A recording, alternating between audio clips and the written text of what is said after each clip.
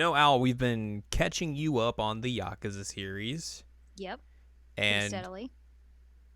with that comes we have to look at every piece of Yakuza media. I mean, we got to do our due diligence here, It's true. which is why we are doing what we are doing today Mm-hmm. here on episode 231 of the Seasonal Anime Checkup OVA. It's a podcast where we have conversations about video games, anime, and manga, except none of those things today. It's tangential. We're talking about a movie. Hello. A movie. I'm Jared, joined as always by Doc, Al, and Ladium. Hello. And yeah, we watched the Yakuza live-action film adaptation Mm-hmm. We sure did. because we were struggling to figure out something to talk about this week, and I was like, yeah, this is the thing. We should talk about this. Or we should watch this. We've been meaning to watch this. I think at one point we were going to do it as the Christmas episode, but yeah. if we had done that, we would have been well off the mark because this is not a Christmas film. It is not a Christmas film. Al, I'm going to give you a real hot take here. Okay. At the start of this, just because I want to set the stage for our listeners here. All right, hit me. This film sucks. It sucks real bad. It is not good. Holy what a terrible film. It's so bad. Which is wild because Yakuza series is good. Mm-hmm. And they're just like, and like the guy who made it has made good stuff. Yeah, so this is directed by Takashi Miike, who we have watched his other films, such as the Ace Attorney film, or Ace Attorney adaptation, and then the Diamond is Unbreakable Chapter 1 adaptation. Those notably came a little bit after this film came out, which this film came out in 2007. Ace Attorney was 2012, JoJo was 2017, so definitely a big gap in between those. Mm-hmm. But man, Whew. Good thing he got better. Because this was bad. what a garbage film. What It a was garbage so bad. adaptation. It's such a garbage like it's loosely related to Yakuza and It's bad when the plot summary on Wikipedia says the plot is loosely based off of the original Yakuza game and is a separate one-night story. they leave out like 80% of Yakuza 1. Which I think this is a very dumb thing to do, Yeah. especially if you're, trying to create something for a new audience. Mm-hmm. There was a prologue film of this that came out a year prior. Mhm. Different actors and everything, a different director, but it was, I think, produced by Miike as well. And that basically holds all of, like, the prologue stuff. It's literally called, like, a Dragon prologue, from Yakuza 1. So it has, like, all of the 1995 stuff, and it gives you the backstory of Kiryu and Nishikiyama and Yumi and all that sort of stuff. So all that stuff is there. So they Final Fantasy 15'd it. Yes. Yeah. And boy, howdy, does it not work here. Because it's considering, if you're coming to this as someone who doesn't know the Yakuza series, you're going to watch this film probably first because it's the more widely released film. Like, the other one, I think, was just, like, put out on DVD with, like, specific games, maybe? Let me see here for a second if I can find. And I mean, to be fair, it didn't work with Final Fantasy 15 either, so. Well, yeah, Final Fantasy 15 was just a complete mess. Yeah, this was too. Let's be real with you. Mm-hmm. Man. Nope, that is not. Nope. No? I clicked on something and on the Wikipedia sent me to another place. Oh, no. Oh, here we go. Like a Dragon prologue came out in 2006, a year after the game came out. Mm-hmm. So as you know, it was a direct-to-video product. It was released on DVD by Sega,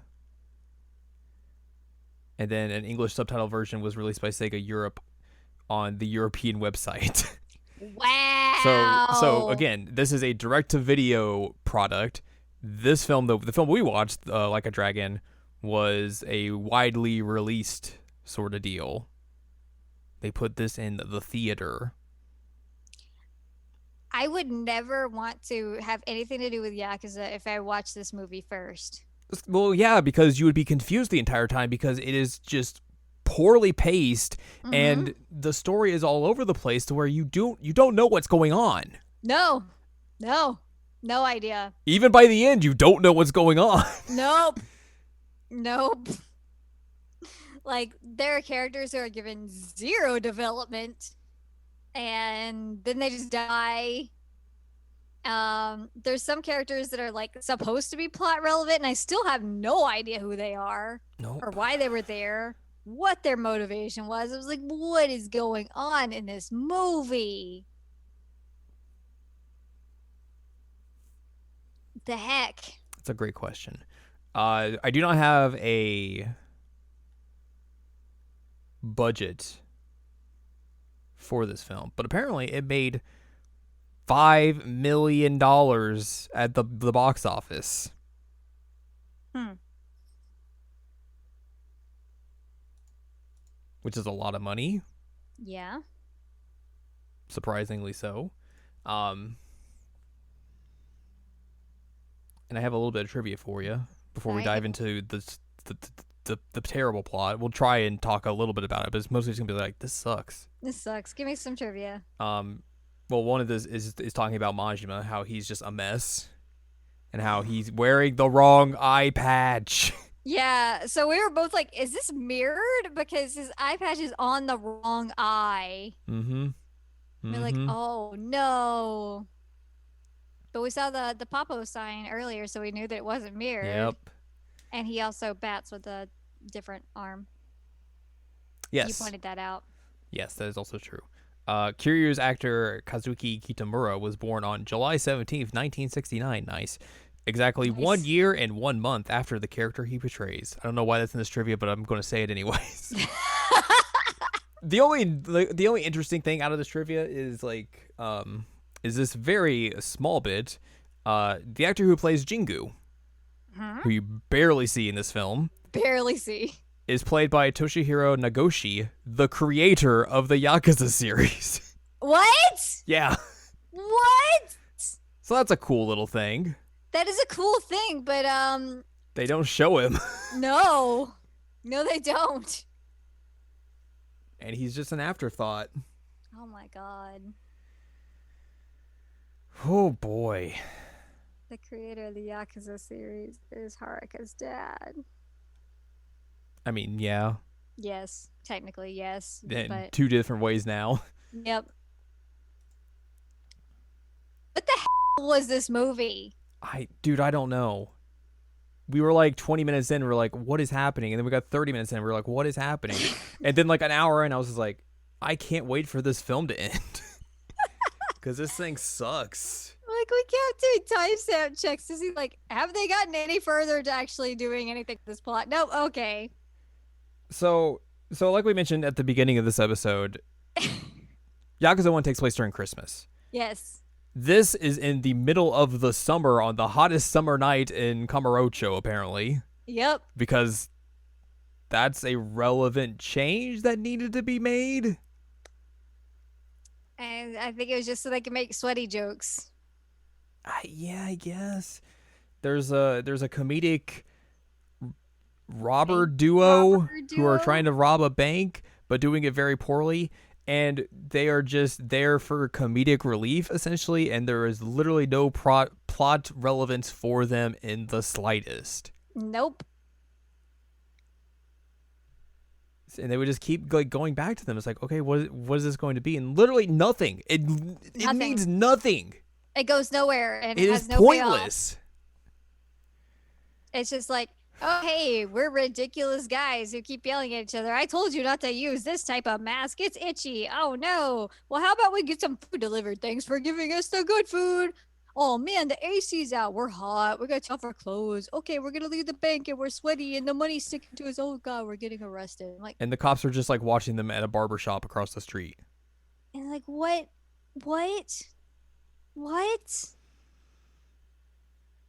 Dude, I don't know. There's these two young characters, Mhm. Satoru and Yui, who are just going around robbing people Yeah. because the girl wants money and she won't tell the guy what she needs money for, but apparently it's just because she's in debt to loan sharks. Yeah, she like initially stole money from the donkey.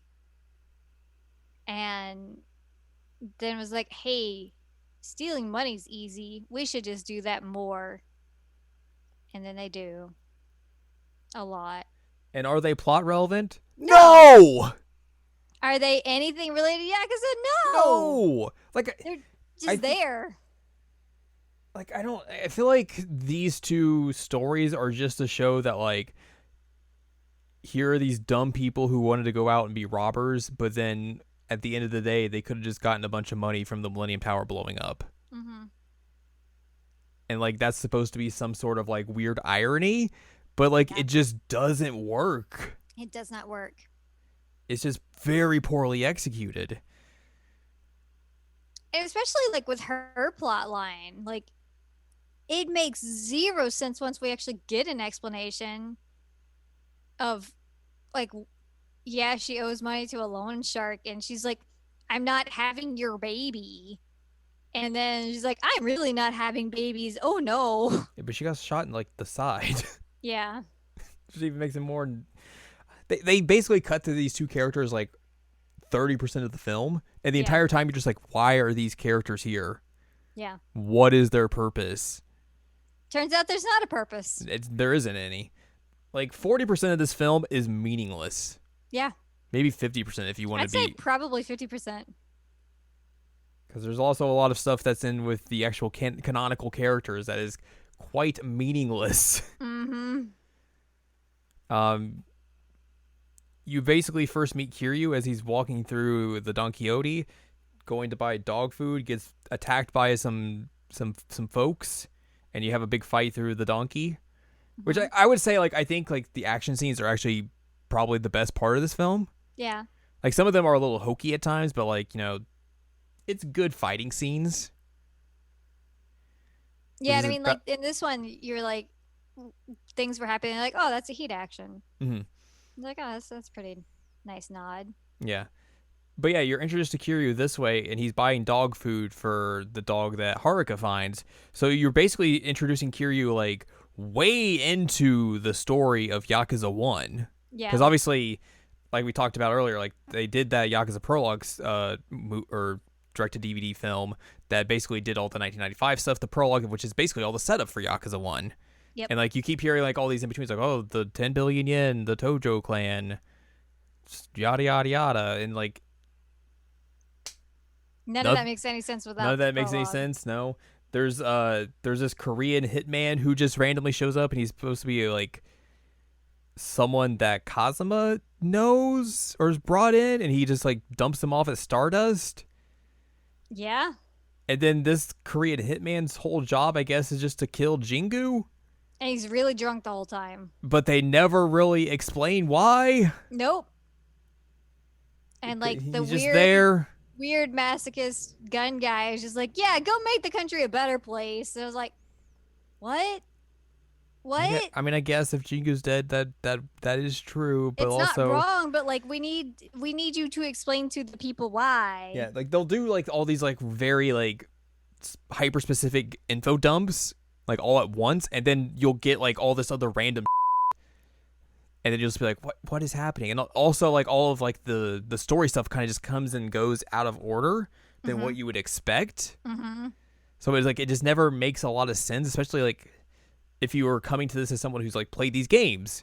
Like you're just like, this what? Nah, I don't. I think even if you haven't played these games, you'd be like, huh? What? Well, if you Nah. haven't played these games, you're going to be even more confused, I think, because it's just Yeah. the storytelling of this movie is just terrible. It's a mess. It's terrible. Like none of it narratively makes a lick of sense. No. Date's a hard-boiled detective now, For some god awful and like reason. 15 years older than Kiryu, Yep. because they thought that was a good idea. That one man has his pants up to his nipples. Yeah. Yeah. I don't remember what he was there for. He was the owner of the barber shop. Ah, yes. You're right. His pants were very high. His pants Like were very high. distractingly high. Yuya was like a nerd. Yeah, like Yuya doesn't look like anything like Yuya. I I think they told him that. I think one of the problems of like making a film like this of like a game of this nature where, you know, it's a realistic style video game, Hmm. in terms of how they make it, is that you can never recreate those characters in real life. You can't, but you at least like, for one, call him Yuya so we know who the heck he is. He was just kind of there. Right. But like what I'm saying is like you're never going to make people happy because like none of the characters are going to look how they should look. Right.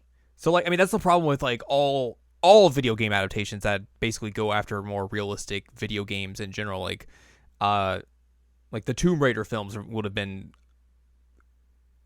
a problem with this. Like the upcoming Uncharted film is going to be a problem with this because people know what Nathan Drake looks like, but his Nathan Drake does not look like Tom Holland. I've already seen people very upset about Tom Holland Right. being that because they're like, oh, it's not Nathan Fillion. Nathan Fillion's a little old for that now, but I mean Nathan Drake's kind of old. how old is Nathan Drake? He's like in his 30s. Nathan I Fillion's think you could pull off Nathan Fillion more than you could pull off Tom Holland, but I get why you go with Tom Holland. Also, like the Sully character is like old, and then they got Mark Wahlberg to play him. Yeah. So it's like one of those things where like like people who come to these knowing the source material, like know what these characters look like, know what they are, and everything, but you're never going to be able to replicate that in a film adaptation or like a live action film adaptation. Right. Like that's a big problem that I think a lot of video game film adaptations have, and that is like adamant in this film as well, where like Kiryu doesn't look like Kiryu, Majima doesn't look like Majima, Date doesn't look like Date. Like all of these characters, like they have like resemblances of the characters that you know, but clearly they are not the same character. Right. Even to like the way these actors are like portraying them. Yeah, and I mean it's a bit harder for something like this than it is like Phoenix, right? Totally. Because I think you can get away with it more in Phoenix Wright because it's not a realistic looking video game. Right. And I mean, like, I think I even mentioned to you at the beginning, like, oh, he's a bit small for Kiryu, but like, I understand that because it's going to be hard to find somebody who is actually the size of Kiryu. So I think So, they like, actually I'm willing- they kind of fixed that in the prologue film Oh, really? because they got a pro wrestler to play Kiryu. What? Yeah. Which I think would make more sense because like obviously pro wrestlers are going to be a bit more bulky and everything. Mm-hmm. They're going to fit like the size of that character more than just here's a famous actor that we got to play this starring role. Yeah.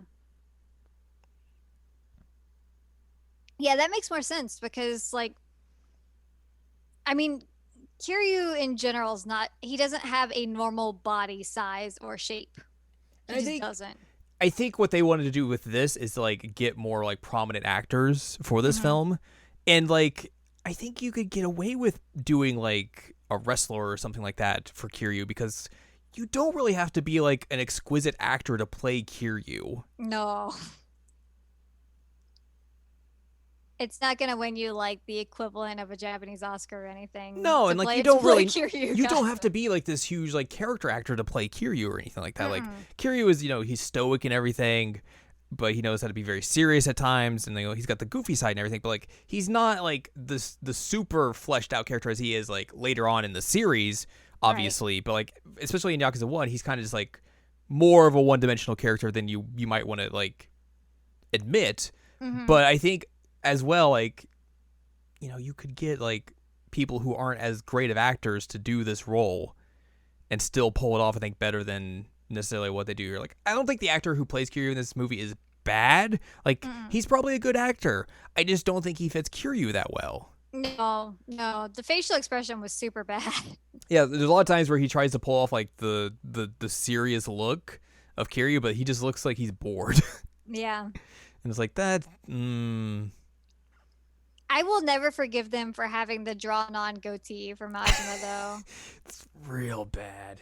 It is very, very obviously drawn on. And how do you make this film and get the eye patch wrong?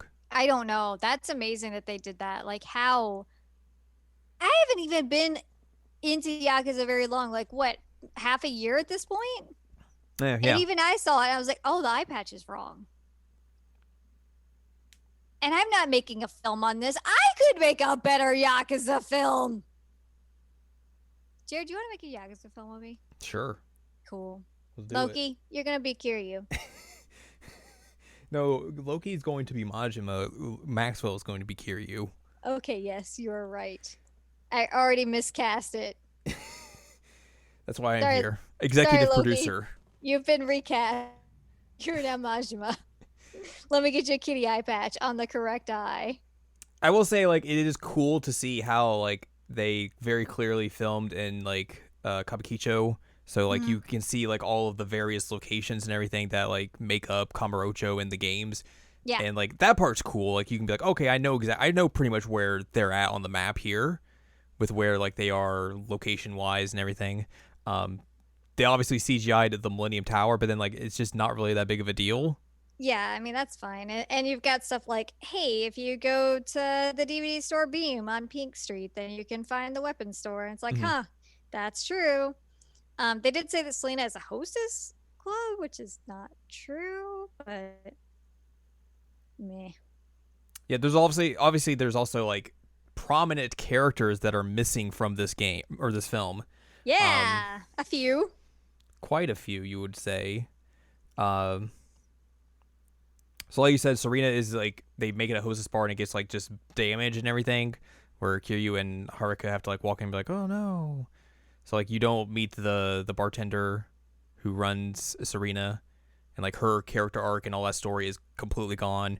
Yep. The kid that runs around with Kiryu early on in the game and then helps him out later on, Shinji. He's gone. He's nowhere to be seen in this. Um, Kazuma shows up for literally like 2 seconds. Yep, with like no real backstory or explanation on No. thing other than like every once in a while his name is mentioned before he shows up and then he's like, oh, here he is, but we're not going to tell you who he is. All right, bye. Yep. Yumi shows up literally also for 2 seconds. Yep. Sarah is not in this film. No. Basically, there's nothing about the Tojo clan except that they just mentioned. Yep. Shimano's not in this. Lao Ka Long is not in this. None of the Snake Flower Triad is anywhere involved in this. And then also Terada is not in this. Man. So there's a lot of missing pieces of like the greater parts of the Yakuza story. Like I think you can get away with like cutting some of that out because like obviously a lot of the main part of the story of Yakuza 1 is Kiryu and Nishiki. But even then, they literally save that for the very end and they're just kind of like, all right, now fight. Yeah. Without explaining like their relationship or anything or No like build up. why exactly this is all happening. Like you learn early on or like midway through the film that like the people who attack Kiryu in the donkey were from the Nishikiyama family. And then like I think it's the dude from Stardust is like, oh yeah, or it was the information broker who's like, oh yeah, you guys were in that orphanage together. You Nishiki and Yumi all grew up together and everything. Yep, that was a thing. Yeah. You and Nishiki were tight before you went to prison. Yep, that's a thing. All right. Now you have that out of the way. We can get to that fight later on in the film and you'll be all caught up. It was so bad.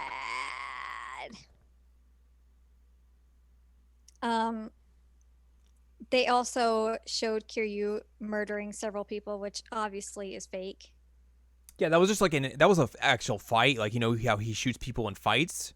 Yeah. And then they're fine afterwards? That was basically what that was. Except for they weren't fine. No, you just didn't see them. They got up afterwards. Like I said, that one guy just spilled That his was Kool-Aid everywhere. That was a deleted scene. Ah, yes. I mean, Majima did like get shot and then pass out, and then he wakes up to sneeze, and he's like, "Oh, it must have caught a cold." I'm like, "All right, yeah." Like there are times where like the film does kind of capture like the goofy nature of the Yakuza series, and I think like Yes. at times it is good that it does that, and it works really well. But at the same time, there's just so much with this film that's just completely off or just does not work. Yeah, like the whole scene with Majima and Haruka on the stairs where she's like running out. He's like, "Oh, no, you guys need to reload." And she basically says like, "If you hurt him, I'll kill you." And he's like, "That's scary." And she just runs off and they're like, "All right, you can shoot again." Yeah. Like that was legitimately pretty entertaining. Uh-huh. And that was a good like, yeah, this is how they would probably interact. Moment. Yeah, totally. The Majima sign at the batting center The Majima sign at the batting center was great. was very good. Also, very much enjoyed when Majima and Kiryu were fighting in the batting center, and like he went down for the final time, basically like spitting on the floor, like I won't lose. It's like, yeah, it feels very Majima. And then also like there's a moment at the in the end fight where Kiryu drinks a stamina spark and gets all of Yep, his heat and health back, which is very goofy, but that like was goofy and good, sure, I would take that in a film like this. especially after they showed the Yeah. vending like the drink thing Hmm. with that in there. We're like, oh, they have to. Yeah. Like there were moments like that was like, okay, that's funny. I'm about that. But like overall, this movie just sucked. It's disappointing because like I think you can make a good adaptation of one of the Yakuza stories. I mean, obviously this one would probably be like one of the easiest ones because it's a shorter game Yeah, and it's much more condensed story, whereas like all the other games, go way more bombastic with the story, so like it's going to be much harder to tone that down into 2 hours. right. But like I just don't understand why you would think that you need to do all of this other random stuff and then tell the actual story of Yakuza 1 in such a weird out of order sequence and think that's the way you should adapt this film. Like the fact that we got zero from Jingo, like all we did was get him shot in the head after he does some like helicopter. The only thing we knew Um, about Jingu is that it was his money that got stolen, yeah. and then that the Korean hitman dude wanted to take him out, I guess. And then he flew a helicopter through Kamurocho at very low altitude, And then died. and then got shot in the head. Like And then the also Yumi was gonna blow him up or something. yeah. Like she died for no reason. I guess we should probably mention that as well. Yumi literally shows up at the end of the film and is just like, "Hey, I'm Haruka. I'm your mom." And Kiryu and Haruka are like, "Huh?" And then she's like, "Oh, by the way, I'm gonna take care of Jingu and blow up all this money and everything later." That's her entire That's basically time her in the film. dialogue. Yeah. And like she's not even the one who takes him out. So like she literally dies for no reason. Whereas like in the original game, like that entire sequence with like him and Kiryu and Ishikiyama, like it's all really well Mm-hmm. done. And it all has like meaning and impact. And then this is just like, okay, sure, guess we're all dead now. Like you don't get Nishikiyama as like sacrificing himself or anything, or like No. his babyface turn or anything like that. Like he literally shows up at the end of the film and is like, "I want to be the head of the Tojo clan. All right, Kiryu, we got to fight." And then they fight, and then like he beats up Kiryu, and then Kiryu uses a stamina spark and then beats him up, and then that's just it. Yeah, he just lays on the ground. We don't know if he made See it. you We later, don't know if he Nishiki. died with the explosion. Like, there's nothing. There's no explanation. It was so terrible. Like, that character is actually a good character, and their dynamic is really good. And like that entire sequence again with like the redemption is very, very good. And there's like, what if we just like tell all that to off and we just make it like surface level nothing? That's the same as surface level. This is like, hey, we have some of the same general ideas, but none of them are executed. This film is like if someone told you three major plot points of Yakuza 1 and then Hmm. told you to fill out the rest. Yeah, that feels about right.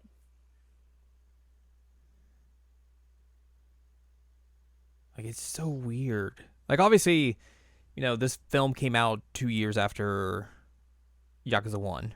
Yeah. Like I can tell you specifically. Actually no, it was not even 2 years. It was a year and 4 months Wow. after Yakuza 1. Because Wow. Yakuza 1 was December 8th, 2005. This film is March 3rd, 2007. Wow. So I mean, I get like that's not a long time to be able to write a film, produce it, film it, edit it, do all the stuff you do for filmmaking, and make a coherent film. Because that's a But then very why quick make the turnaround. film at all? Why make the film so quick after? Yeah, I mean, like I would rather them have like delayed it even like 6 months or something and made something that made sense and was closer to the game. Right. I mean, they made the prologue, and that came out like 4 months after the game came out. Wild.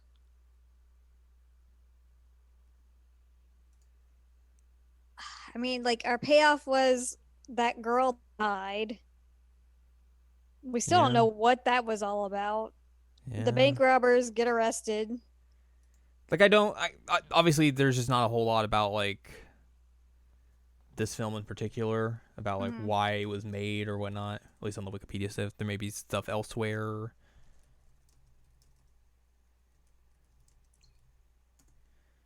So like I don't know if this is a thing where like Sega was like, man, we really need to get some money, and get that out or something, or what exactly was the idea behind why they had to do such a quick turnaround to get this film out. Yeah, I have no idea. Because it just seems so bizarre. It just felt like a mistake. Yeah,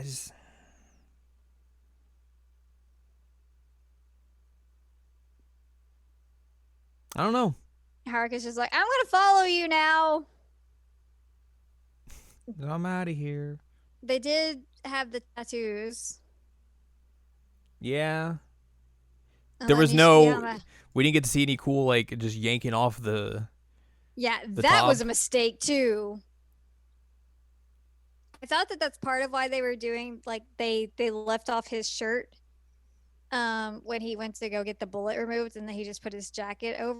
I was like, okay, I guess they're trying to make it so it is more realistic that he can rip off his jacket to show the tattoo, but Yeah, yeah, totally. they didn't even do that. And like, oh my god, like Nishikiyama's just like dropping all his clothes on the way to the escalator and showing off like the fact that his pants were too tight or something. I'm not sure what that was. He had some kind of wrappings for some reason. Yeah, he had his dumb wrappings. I'm like, what is that for? Or maybe his underwear is just super high. Like, what is the point of this? And then it's a bad movie. It's a bad movie. Bad movie. You know what's the good part about this movie? The dog. Yeah. The dog was cute and a little chubby, and I wanted to rub my face on him. It's a good dog. Good doggo. And somehow got to the 66th floor of the Millennium Tower to make sure that Kiryu and Haruka were okay. Because why not? That dog was very a good climber.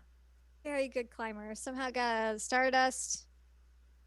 Was able to go be a real one.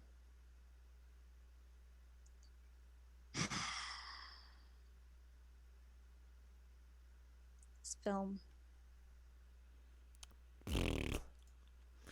Also, something worth noting, and I don't know if you noticed this or not. I'm sure you did because you're Jared. Hello. Majima had a shirt on. Yes. What? No shirtless Majima. What? I don't know if it's because they didn't want to do his tattoos or Like, that could have been a thing, yeah. Like the jacket wasn't even right, so. Yeah, the jacket was not right. The shoes aren't right either, but neither was the eye patch or the facial hair or really anything. Yeah. You're not wrong. They're like, he has leather pants, which there were a few times that he was moving and like all you could hear was the leather. And I was just thinking of the couch when we were filming that girl. And the whole time I was just like, oh god, this couch is making nothing about this sexy. Like, it was the same sounds. Yeah. Leather's a mistake, y'all. Just saying. Well, I guess, we've seen this version of a live action adaptation. I guess we will have to wait until the new live action adaptation comes out to compare and contrast between the two and figure out which of these is better. I mean, the other one doesn't really have hard competition, so like, Well, it might have some competition. it's not this film.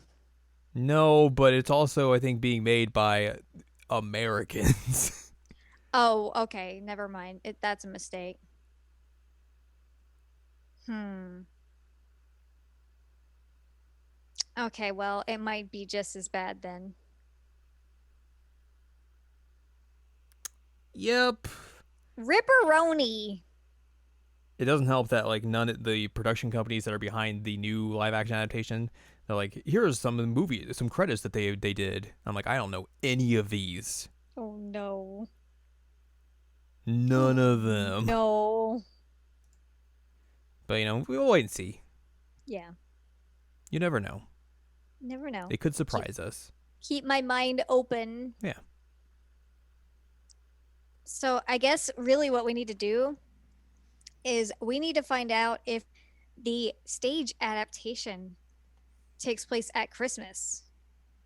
Because if it does, well, that considering that even from the brief bits that we watched, it was more accurate than this was, I would assume it takes place during Christmas. That might have to be our replacement Christmas story. You might, you're not wrong.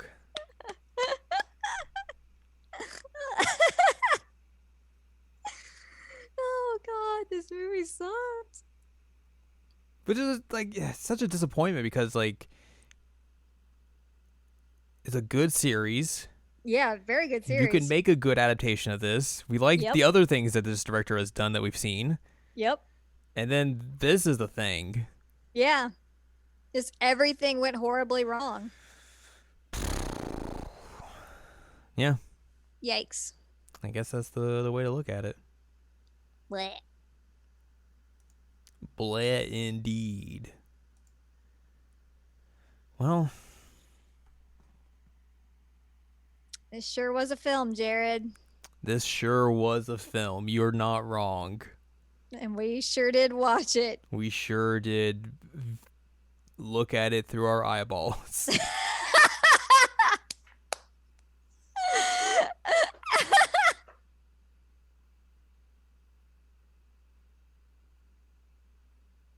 Yep. Oh my God. Yeah. I'm done. I think that's going to wrap up this episode. This is a shorter episode, but it's just not much to talk about this film unless we just want to sit here and tell you how, just say it sucks for the next 20 minutes to fill an hour. Yeah. Yeah. I mean, I don't think this has to be a long episode. No.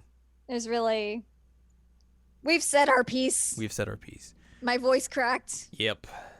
All right, well, if you would like more from us, head on over to seasonalanimecheckup.com or sac.cool, where you can find past episodes of this podcast and other podcasts like Jared and Al watch, and you can find columns and reviews on the site as well. You can also find more from Ann Ladium at annladium.com. She's got columns and reviews. You can find us on Twitter and TikTok at Anime Checkup. You can buy our books, One Shiny Moment, a critical analysis of Love, Live, Sunshine, and Hot Tubs and Pac-Man on Amazon.com. And you can support us on Patreon, patreon.com/SACOVA. Buy us a slice of pizza, get access to unedited versions of the podcast, which you get early. And then there's also a bunch of bonus episodes you can just listen to as well. Mm-hmm. Woohoo. Next week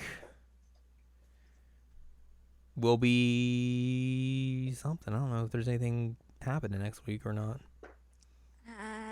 I don't know. I mean, we're trying to get through some stuff. Yep. So. The first episode of June. Oh my God. Oh my God, this year is flying. Yep. Whee. But yeah, we will figure it out, and hopefully we'll have a little bit better time than we did with this Yakuza film adaptation. God, I hope so.